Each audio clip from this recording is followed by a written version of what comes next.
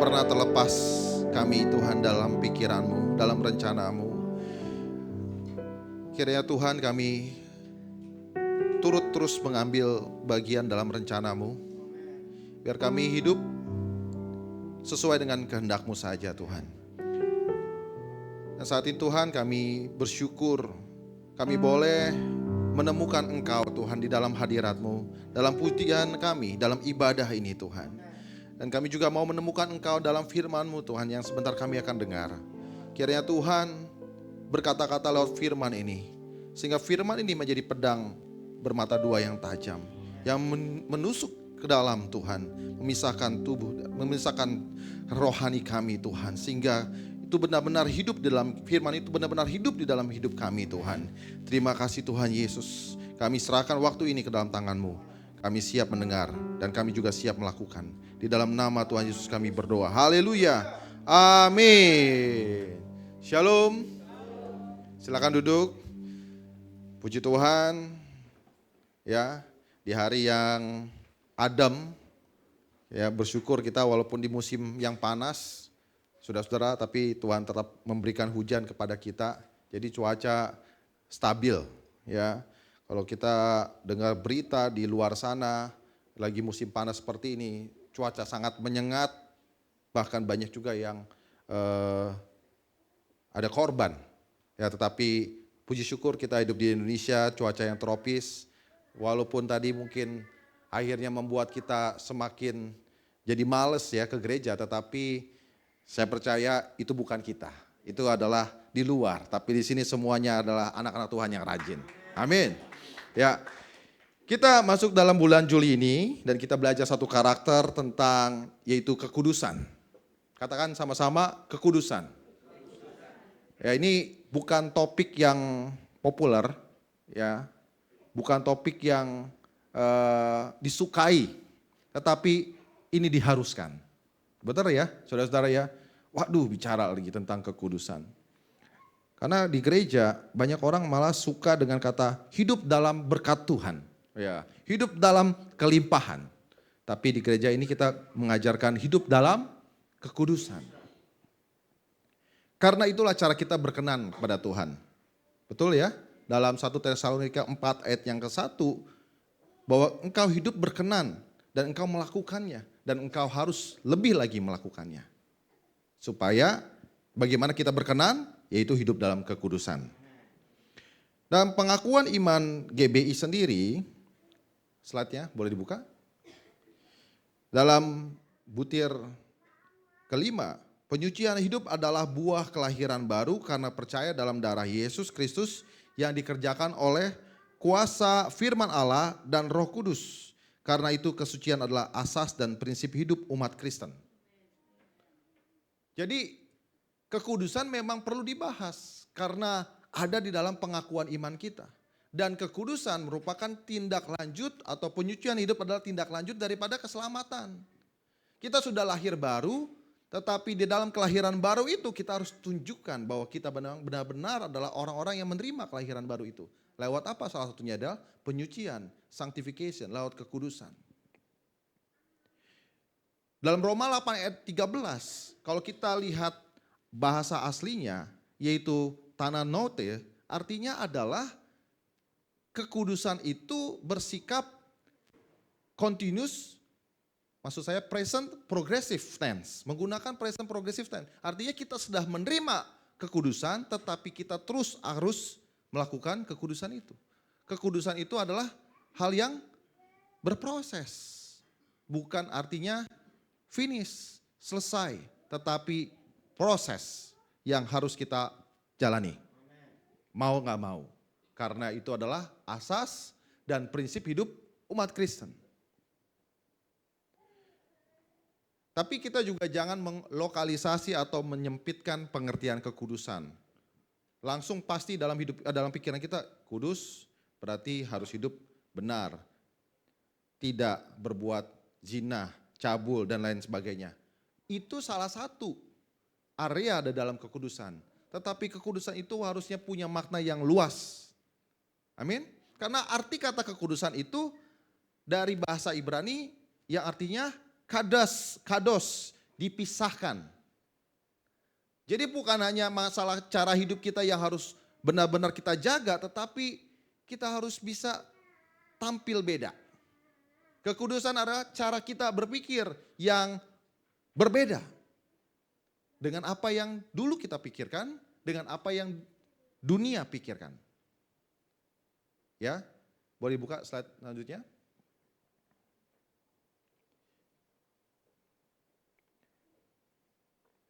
Mari kita baca dalam 1 Petrus 1 ayat 13 dan 16 sampai 16. Sudah saya taruh di slide. Kita membaca bersama-sama 1 Petrus 1 ayat 13 sampai 16. 1, 2, 3.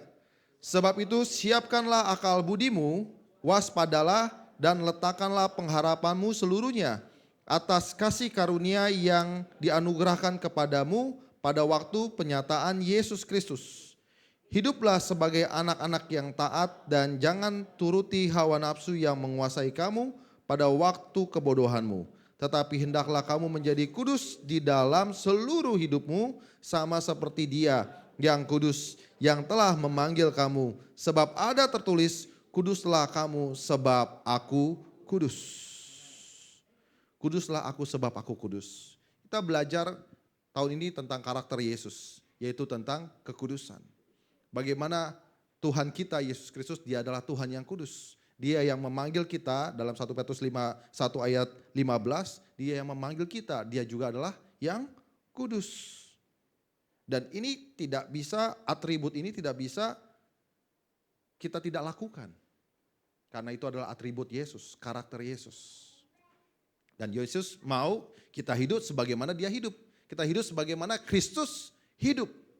Otomatis kita harus juga menjaga kekudusan kita.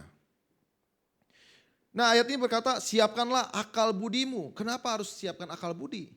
Karena segala sesuatu mulainya, entry pointnya mulai masuknya lewat ini, pikiran.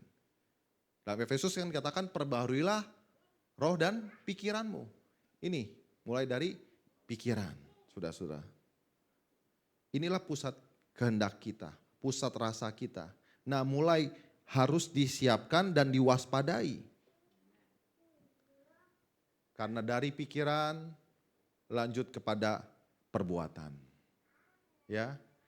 Dari pikiran lanjut juga kepada perbuatan-perbuatan yang jahat lainnya.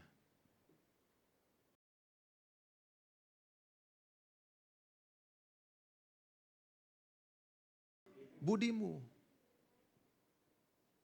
Bahkan kata firman Tuhan, saat kita sudah memikirkan yang tidak berkenan, yang tidak layak, itu pun juga kita sedang melakukan dosa. Saat engkau membenci saudaramu, engkau sudah membunuh dia.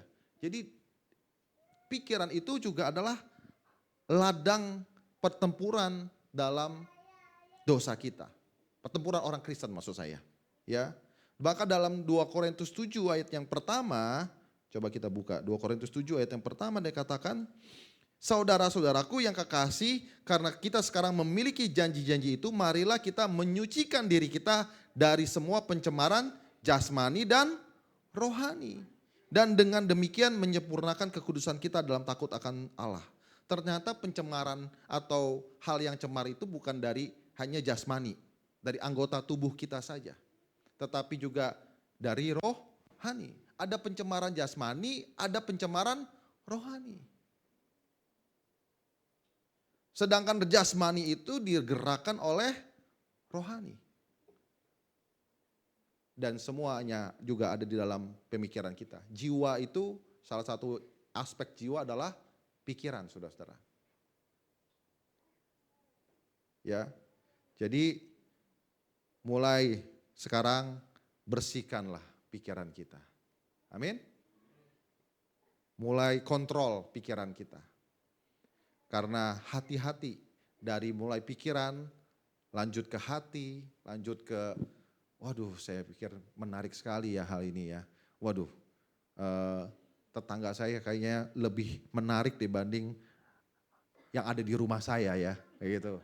Ya, waduh itu teman sekolah saya, teman sekolah saya yang dulu lebih menarik daripada istri saya atau daripada suami saya. Teman kantor saya, ya semuanya mulai dari pikiran. Jadi kalau udah mulai iblis itu masuk dalam pemikiran kita, langsung kita thinking dalam nama Tuhan Yesus. Jauhlah engkau. Makanya kan dalam doa Bapa kami, kuduskan Bapa, dikuduskanlah namamu, terus janganlah bawa kami ke dalam pencobaan. Pencobaan di dalam pikiran dulu tuh. Supaya kami lepas daripada yang jahat. Karena yang jahat itu akan membawa kita akhirnya menyerahkan kita kepada pencemaran-pencemaran. Yang jahat itu akan menjatuhkan kita dan mencemarkan kita. Selanjutnya, kekudusan, nah tadi saya sudah bahas ya. Dari kata kados yang artinya dipisahkan untuk tujuan keperluan khusus yang berkaitan dengan rencana Tuhan. Contohnya anak-anak Harun dan Harun dikuduskan karena dia adalah umat Lewi yang nantinya dikuduskan, dipisahkan sebagai umat atau suku yang membawa bangsa Israel dalam peribadatan. Apalagi dalam bahasa Ibrani yang zaman perjanjian lama ya, lalu perabotan-perabotan dalam rumah tangga, dalam bait Allah. Jadi ada hal yang dipisahkan. Lalu dalam bahasa Yunaninya yaitu hagias, terpisah dari duniawi. Murni dan tidak cacat dan bercela. Ini dalam perjanjian baru. Dan kita disebut sebagai Lewi, imamat yang rajani. Berarti kita juga harusnya sebagai bagian yang dipisahkan.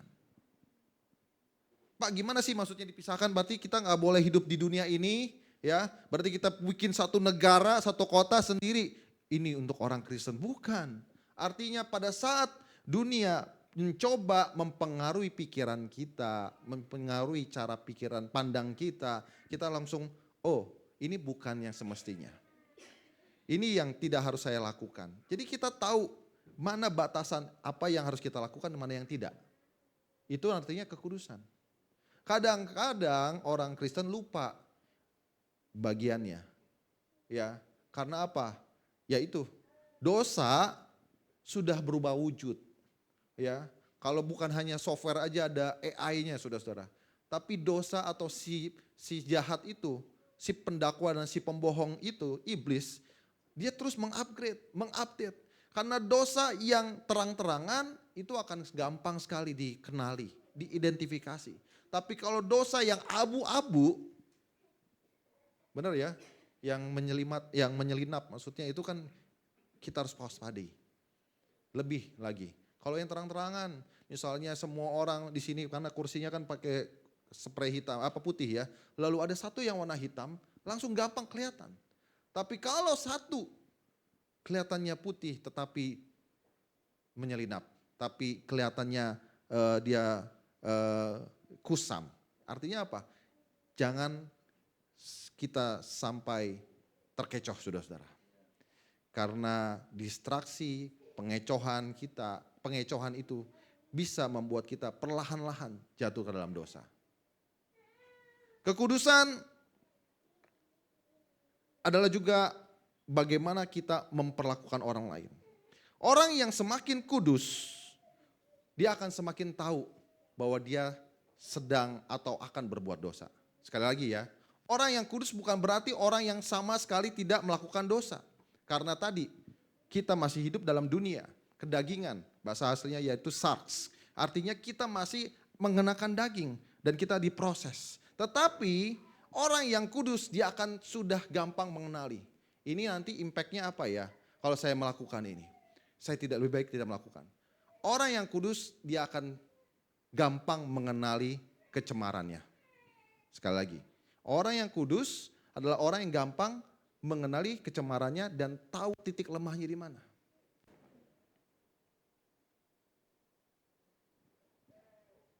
Ya, Pak Ferry misalnya punya titik lemah pada saat tinju tuh Pak ya. Tinju ya, saya suka sekali. Misalnya dia tahu kelemahan lawannya. Dia tahu mungkin di bawah tangan kirinya, dia tahu itu kelemahannya, itu akan diserang terus. Dan kita kalau tahu kelemahan kita harus jaga terus. Benar kan? Sama dengan dosa, saudara-saudara, dengan kekudusan. Kita tahu kekudusan apa maksud saya, kelemahan kita di mana. Kita harus terus jaga. Jangan biarkan itu terbuka ya Pak. Kalau itu terbuka bagian lemah kita kalau dalam pertandingan tinju, semakin gampang musuh itu ya membongkarnya. Sama seperti kekudusan. Kita sudah tahu apa yang menjadi kelemahan kita dan marilah kita menjaga kelemahan itu. Jangan sampai terus lemah.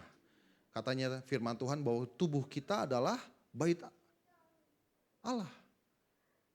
Dan jangan kita mendukakan roh yang ada di dalam diri kita. Roh Kudus yang ada dalam diri kita. Jadi semakin banyak firman yang kita terima, firman yang kita serap, semakin kuat itu Roh Kudus. Tetapi kalau semakin banyak dosa, kecemaran yang kita lakukan, Roh Kudusnya semakin redup. Maka kita harus terus menjaga ya kekudusan lewat firman, lewat doa, dan lewat persekutuan. Nah nanti kita akan bahas selanjutnya. Adrian Rogers mengatakan seperti ini. Next. Holiness is not the way to Christ. Christ is the way to holiness. Jadi kekudusan itu bukanlah jalan kepada Kristus. Tetapi Kristus adalah jalan kepada kekudusan. Maksudnya gimana nih? Artinya bahwa Yesus yang akan menguduskan kita dan memberikan kita jalan kepada kekudusan itu. Kalau kita melakukan sendiri saudara-saudara, tanpa Roh Kudus, tanpa bantuan Yesus, ya gampang sekali jatuh. Waduh Pak, kenapa ya kok hidup saya gampang sekali jatuh? Ya coba periksa kembali rohanimu. Ya, jasmani itu hanya bagian yang diperintah oleh rohani. Coba periksa lagi rohanimu. Bagaimana kehidupanmu dengan Kristus? Karena dia, Yesus, ada Roh Kudus maksud saya, yang mampu membuat kita menjadi kudus. Bukan kehebatan kita. Tetapi perlu kerjasama untuk tercipta suatu kekudusan. Antara Roh Kudus dengan diri kita. Makanya tadi kan katakan seperti ini dalam 1 Petrus 1 ayat 15, maka kamu harus mempersiapkan, waspada. Dan siapkanlah akal budimu. Hiduplah sebagai anak-anak taat dan jangan turuti hawa nafsu. Tetapi hendaklah kamu menjadi kudus di dalam seluruh hidupmu. Yesus menguduskan kita, tetapi tugas kita tetap menjaga kekudusan itu.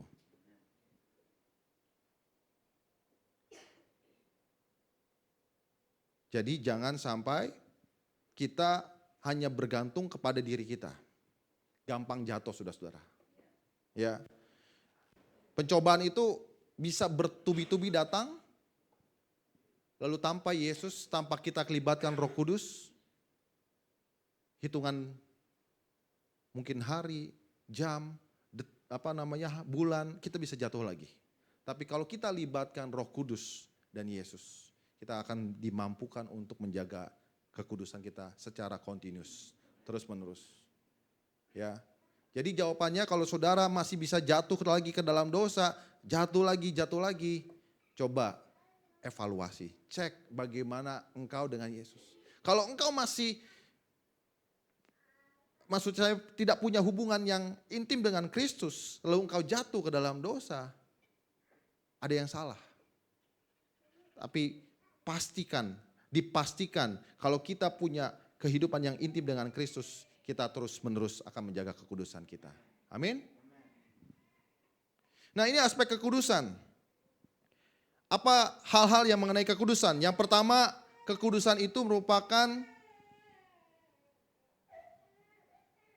contoh hidup yang takut akan Allah. 2 Korintus 7 ayat 1 tadi ya.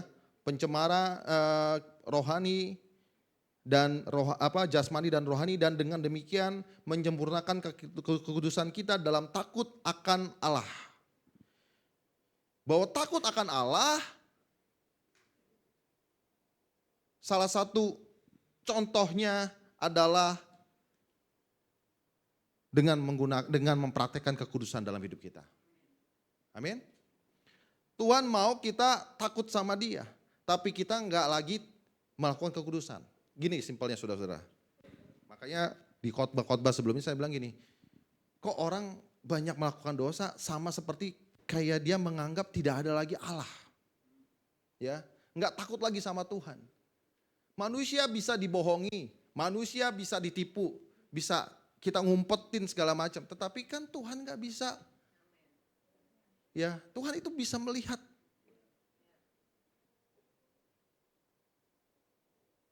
Kalau kita mau menjaga kudusan kita, simple.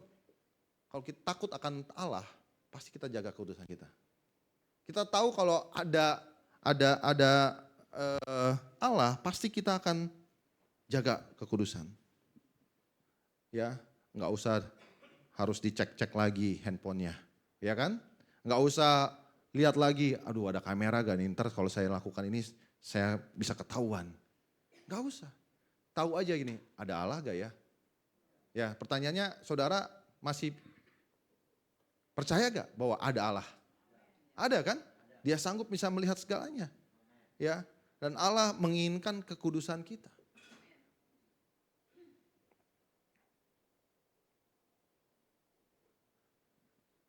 Lalu kedua, diproses oleh Tuhan. Baik kita buka Ibrani 12 ayat 11. Ini kata diproses ini diambil dari kata menghajar. Allah menghajar anak-anaknya untuk kebaikan katanya. Ayat 10-11 ya. Sebab mereka mendidik kita dalam waktu yang pendek sesuai dengan apa yang mereka anggap baik, tetapi Dia menghajar kita untuk kebaikan kita. Siapa Dia? Huruf besar, Yesus. Menghajar kita untuk kebaikan kita. Supaya kita apa? Beroleh bagian dalam kekudusannya. Memang tiap-tiap ganjaran pada waktu ia diberikan tidak mendatangkan sukacita, tetapi duka cita, tetapi kemudian menghasilkan buah kebenaran yang memberikan damai kepada mereka yang dilatih olehnya.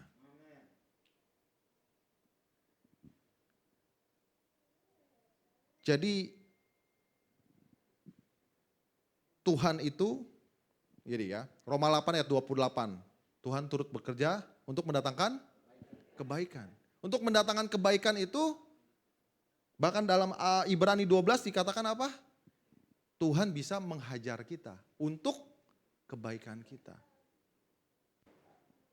Supaya apa? Supaya kita beroleh bagian dalam kekudusannya. Saking segitunya loh, sampai segitunya Tuhan mau kita hidup kudus. Dia bisa menghajar kita. Bukan untuk menjatuhkan, mencelakakan kita, tetapi untuk kebaikan kita. Jadi kalau hari-hari ini kita merasa, kok Tuhan menghajar saya ya, itu pun juga untuk kebaikan kita. Supaya kita tetap beroleh kepada kekudusan. Jangan kita skeptis dan juga curiga sama Tuhan. Tuhan mau lakukan apa dalam hidup saya? Apa saya memang anak tirinya Tuhan gitu ya. Jadi ada anak Allah, ada anak tiri. Saya bukan anak emas tapi anak bawang. Enggak, semua posisinya sama. Amin. Enggak ada yang di sini anak bawang ya, semuanya dikasih sama Tuhan. Makanya kalau engkau anak Tuhan, Tuhan juga pasti akan mengasihi dan bisa saja menghajar kita. Tapi sekali lagi untuk kebaikan. Buat apa sih kebaikan saya? Untuk kita tetap beroleh kekudusan itu. Pak, kalau saya jatuh Pak ke dalam dosa, ya, lalu apa yang harus saya lakukan? Kalau Tuhan masih menegur kita, artinya Tuhan tuh mengasihi kita. Ya, Tuhan masih menghajar kita, Tuhan itu masih memperhatikan kita. Apa jadinya kalau kita hidup tanpa perhatian dari Tuhan? Tapi bukan berarti kita juga harus jadi orang Kristen yang caper ya saudara-saudara ya. Wah saya mau cari perhatian Tuhan, saya buat dosa terus gitu ya. Bukan gitu ya, tapi kita tetap diperhatikan Tuhan. Dia mau kita hidup di dalam kekudusan. Ini dilatih. Itu perlu latihan, perlu proses. Makanya Ibrani 12 ayat 12 mengatakan ini, sebab itu kuatkanlah tangan yang lemah dan lutut yang goyah. Kalau kita sudah mulai lemah, ya, tadi kita harus jaga kelemahan kita bagian mana anggota-anggota tubuh kita yang lemah, apa bagian yang lemah, kelemahan kita. Pak, kalau saya ngelihat kalau lagi bertatapan gitu, kalau ngelihat yang bening-bening saya nggak lemah Pak. Ya bagus. Tapi kalau saya ngelihat yang di mall tuh biasanya digantung-gantung ya, tulisan persen-persen itu saya lemah. Ya itu ya, bertobatlah saudara, ibu-ibu biasanya ya. Ya. Jadi masing-masing punya kelemahan, tetapi Tuhan mau dan Tuhan rindu untuk melatih kita. Sebab itu yang kita lakukan apa? Harus kuatkan tangan yang lemah dan lutut yang goyah. Cobaan di dunia ini makin bervariasi saudara-saudara. Tadi saya katakan ya, kalau dunia ini software aja punya artificial intelligence, dosa pun juga bisa. Dan bahkan dari AI itu, dari kecanggihan teknologi itu, ternyata bisa saja dipakai. Bukan berarti itu salah. Banyak AI yang menolong dunia, menolong banyak orang. Di dunia kesehatan, di dunia pendidikan, kecanggihan teknologi itu menolong. Tapi kalau itu dipakai oleh oknum tertentu yang jahat, itu bisa jadi berubah jadi jahat loh. Benar ya? Ya. Jadi ada yang bilang gini, Pak, AI itu berasal, jangan-jangan itu berasal dari si jahat Pak, dari iblis. Belum tentu, memang harus diulas. Itu bisa berasal daripada si jahat kalau dipakai oleh orang jahat. Tapi kalau dipakai oleh orang yang baik itu bisa dipakai, itu bisa menjadi berkat saudara-saudara. Karena itu kuatkanlah tangan yang lemah dan lutut yang goyah dan luruskanlah jalan bagi kakimu. Next. Kita perlu, maksud saya masih yang ketiga ya tadi. Baik, kita perlu tetap mengejar kekudusan. Kekudusan itu merupakan kerjasama antara kita dengan Tuhan. Amin. Kita nggak bisa melakukan kekudusan sendirian. Oh bisa, tapi kadangkala kalau kita berpatokan sama diri kita, berpedoman sama diri kita sendiri, ya kita gampang jatuh. Ibrani 12 ayat 14. Berusahalah hidup damai dengan semua orang dan kejarlah kekudusan. Sebab tanpa kekudusan tidak seorang pun akan melihat Allah.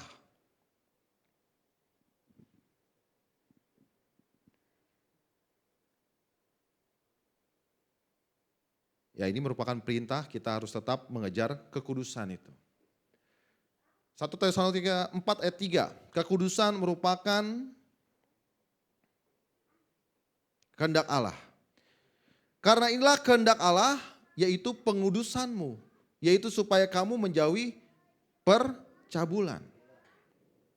Jadi kekudusan itu kenapa sangat penting? Karena itu adalah panggilan Allah, takut akan Allah, diproses oleh Tuhan dan kita perlu mengejar kekudusan dan itu merupakan kehendak Allah.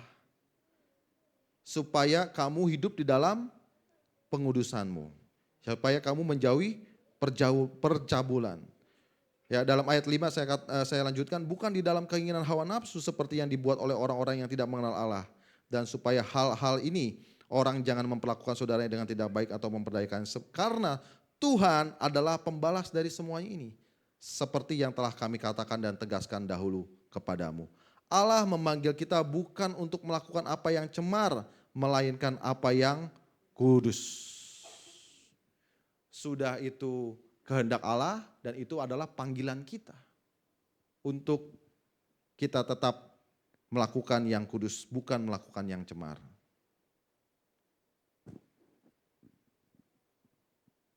Jadi jangan kita menghindari kekudusan ini.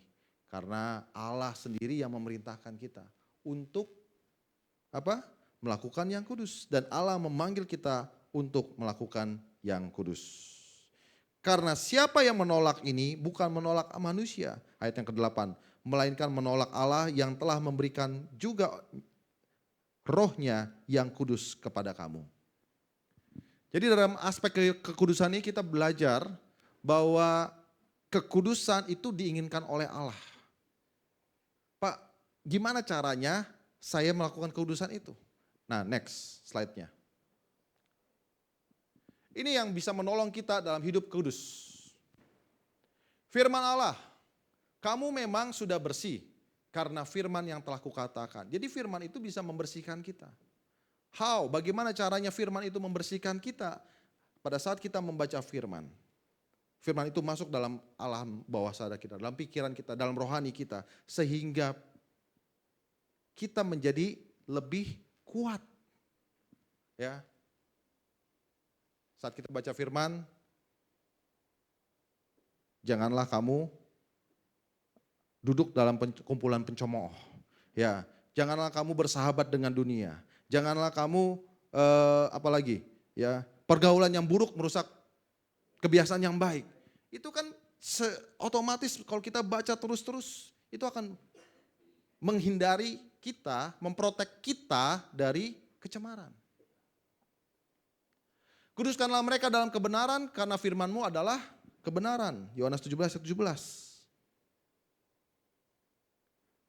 Jadi yang menolong kita untuk hidup kudus yang pertama adalah firman Allah. Kalau masih saudara-saudara nggak lagi mau buka firman Tuhan, bagaimana kita mau hidup kudus? Aduh Pak, saya males baca firman Tuhan. Mulai saudara-saudara, kalau nggak dimulai dulu, bagaimana saudara punya kebiasaan? Ya contoh orang mau nge-gym saudara-saudara. Kalau pertama kali mulai nge-gym, pasti males banget. Atau lari deh, nggak usah nge-gym. Mulai jalan kaki pagi-pagi. Siapa di sini masih rutin jalan kaki pagi-pagi? Ya, mulainya ya biasa kelihatan dari ininya ya, boncengannya di sini. Kalau yang masih besar itu biasanya udah lagi nggak jalan kaki lagi ya, ya termasuk saya ya. Jadi kalau mulainya udah pengen sekali udah pasang alarm jam 6 pagi, jam 7 pagi. Tapi kalau udah jam 7, wah bunyi alarm, jam 6 bunyi alarm. Pasti kita, aduh males lah sebentar lagi deh, tidur aja. Besok. Habis besoknya lagi. Tapi kalau sudah mulai, bener ya ini di sini pasti ada bapak-bapak, ibu-ibu yang suka olahraga. Kalau udah mulai itu akan terus-menerus. Kalau misalnya nggak lakukan itu rasanya capek, kayaknya ada yang kurang. Sama seperti baca firman Tuhan saudara-saudara. Ya. Nggak usah 1 pasal, 2 pasal, 3 pasal, tetapi mulai dulu. Mulai dari 1 ayat dulu. Lanjut lagi 2 ayat. Lanjut lagi 1 perikop. Ya, lanjut lagi 1 pasal. Mulai dari sekarang. Bertobat Bapak dan Ibu. Ya, gimana kita mau hidup yang kudus, kita malas baca firman. Gimana mau kita berkenan, punya intimasi dengan Tuhan, tapi malas baca firman. Mulai dari 1 ayat. Ayo bapak-bapak, ibu-ibu yang udah lama tidak baca firman, mulai dari 1 ayat. Amin. Karena firman itu dikatakan loh, menguduskan kita. Ya, kebenaran itu menguduskan kita. Caranya gimana tadi? Masuk dalam pikiran kita. Sehingga apa? Mungkin 1 ayat itu berkata kepada kita, bertobatlah misalnya, sebab kerajaan surga sudah dekat. Apalagi? Ya, kamu harus hidup seturut dengan firman Tuhan. Sama seperti Yesus hidup. Pas itu kita akan merenung, oh iya, kemarin saya ada melakukan hal yang gak berkenan. Saya melakukan dosa. Akhirnya kita ditegur, saudara-saudara. Benar ya? Simpelnya gini juga, kalau kita baca buku, bukan Alkitab deh, baca buku. Pada saat kita baca buku, kita ngomong sendiri kan ya, misalnya kita baca buku tentang motivasi deh, kita akan baca, terus kita omong lagi, itu terus menerus pasti akan terbawa, benar ya? Pada saat kita lagi gagal, wah kata buku bilang saya harus berhasil. Ini buku duniawi, buku dari motivasi. Itu aja bisa menguatkan kita. Bagaimana dengan ini nih? Buku yang suaranya dari Tuhan. Pasti sangat menguatkan kita. Amin. Roh Kudus. Ya, Roh Kudus yang memberikan karunia kepada kita. Roh Kudus yang memberikan kuasa kepada kita. Maka kalau kita mau hidup kudus, nama juga Roh Kudus, Holy Spirit. Roh yang membawa kita kepada pengudusan. Kita harus erat sama Dia, ya. Kita harus bisa menggunakan Roh Kudus yang ada dalam diri kita. Seringkali orang Kristen nggak sadar bahwa di dalam dirinya ada Roh Kudus. Betul nggak? Ya. Kalau ada Roh Kudus dalam dirinya, pada saat dia mulai masuk dalam langkah pertama dalam dosa, dia langsung, oh iya aduh nggak bisa, ada Roh Kudus dalam diri kita. Kalau kita nggak mulai menggunakan Roh Kudus, itu suara Roh Kudus semakin lama ya semakin kecil. Tapi kalau kita sering menggunakan Roh Kudus dan sadar ada Roh Kudus, itu rasanya suara Roh Kudus seperti ada toa di dalam kuping di dekat kuping kita. Oi jangan, benar gak? Tapi kalau kita udah lama nggak atau bahkan nggak percaya, itu suaranya sangat pelan, saudara-saudara. Siapa yang bisik-bisik ya, gitu ya? Kita lagi mau korupsi, siapa yang bisik-bisik ya? Kita mau buat zina, mau berbuat zina, siapa sih yang ganggu aja? Ganggu orang aja yang mau senang gitu kan? Tapi padahal itu suara Roh Kudus. Tapi kalau kita hidup benar-benar erat dengan Roh Kudus, itu suaranya sangat kencang sekali. Sebut dia nama, Pak Ferry gitu. Oh langsung Roh Kudus itu ya. Langsung gak jadi saudara-saudara. Ya kita hidup harus menurut pimpinan roh dalam Roma 8 ayat 4. Ya. Mereka hidup menurut roh memikirkan hal-hal yang dari roh. Beda saudara-saudara pikirannya. Mengambil satu langkah keputusan ya itu juga beda. Karena gini saudara-saudara, dunia ya, aduh semakin lama semakin.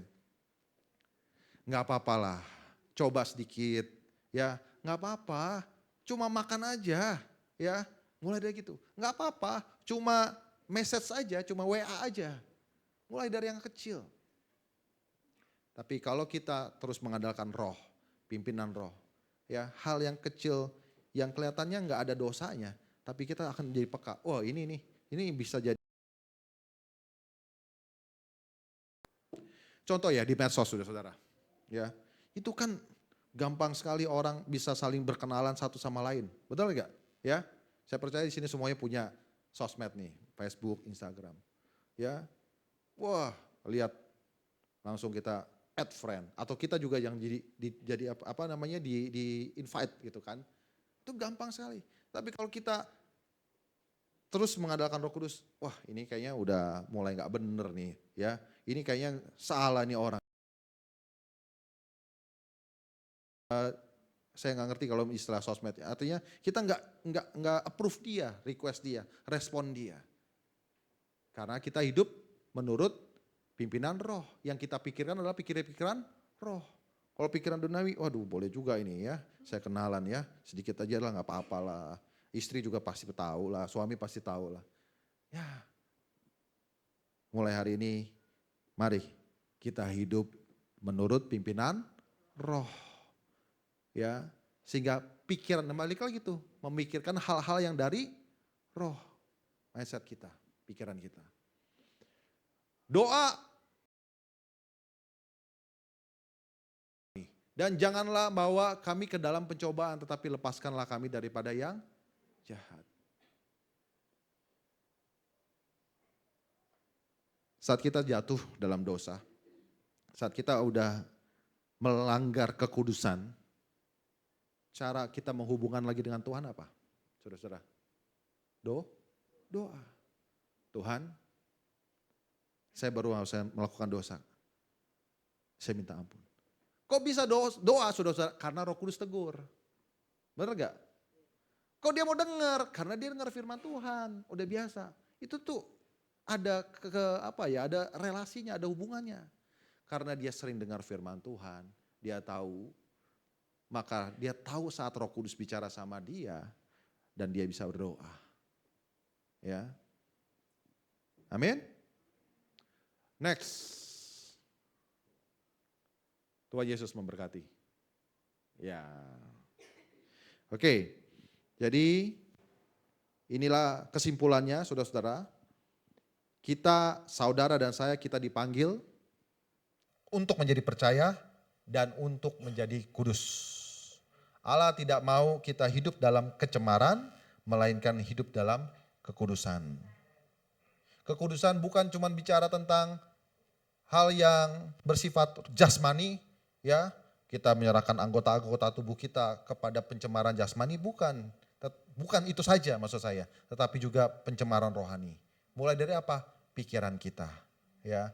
Kekudusan juga tadi bisa bicara lewat apa? Mulut kita. Tapi kalau kita sudah menyerahkan seluruh anggota tubuh kita kepada Tuhan, biar itu dipimpin, biarlah semuanya Tuhan kuduskan. Mulai dari mata kita, ya, telinga, ini semua seluruh hidup kita. Tadi kan kita baca ya 1 Petrus 1 ayat 15, seluruh hidup kita. Kuping, mata, seluruh panca indera kita itu bisa jadi celah melakukan kecemaran. Tetapi karena kita bukan lagi hidup dalam daging, tapi hidup dalam roh, maka kita akan terus menjaga hidup yang kudus. Amin. Demikian firman Tuhan, berbahagia kita yang mendengar firman Tuhan dan melakukannya. Mari kita tundukkan kepala, kita berdoa. Tuhan, kami mendengar firman ini Tuhan. Kami tahu bahwa firman terus menegur kami, sehingga kami memperbaiki kesalahan kami. Kami tahu Tuhan dari firman ini bahwa Engkau sangat concern, Engkau sangat serius dalam kekudusan. Karena Engkau adalah Allah yang kudus. Engkau mau kami anak-anak-Mu juga melakukan yang sama. Tidak mudah, karena kami masih ada dalam kedagingan. Tapi kami tidak berarti kami tidak mau dipimpin dalam keinginan daging. Karena kami telah menjadi anak-anak Tuhan. Tuhan, kami mau menyerahkan seluruh pikiran kami, perbuatan kami Tuhan. Seluruh panca indera kami mau serahkan kepada Tuhan. Kaki kami yang udah mulai goyah, lemah karena kami hidup dalam kecemaran. Kami mau Tuhan bawa kepada Tuhan. Kami mau menguatkan kaki yang goyang, lutut yang lemah. Kami mau Tuhan kembali melakukan apa yang kudus di hadapan-Mu. Ampuni kami jika kami Tuhan telah melanggar kekudusan. Dan kami percaya Engkau Allah yang sanggup menyucikan. Semerah apapun, seburuk-buruk apapun Tuhan kami. Seperti kain kemisi yang begitu merah, tapi Engkau sanggup menyucikan. Begitu juga dalam hidup kami Tuhan, Engkau sanggup Tuhan membersihkan hidup kami. Sehingga kami dapat beroleh satu pengharapan hidupan yang kekal bersama dengan Engkau Tuhan. Kami boleh Tuhan semakin dekat, semakin intim. Banyak berkat Tuhan tersedia bagi kami. Karena kami hidup berkenan dan kudus padamu. Di dalam nama Tuhan Yesus, kami serahkan hidup kami. Kami serahkan segala yang kami lakukan ke dalam tangan-Mu. Haleluya. Amin.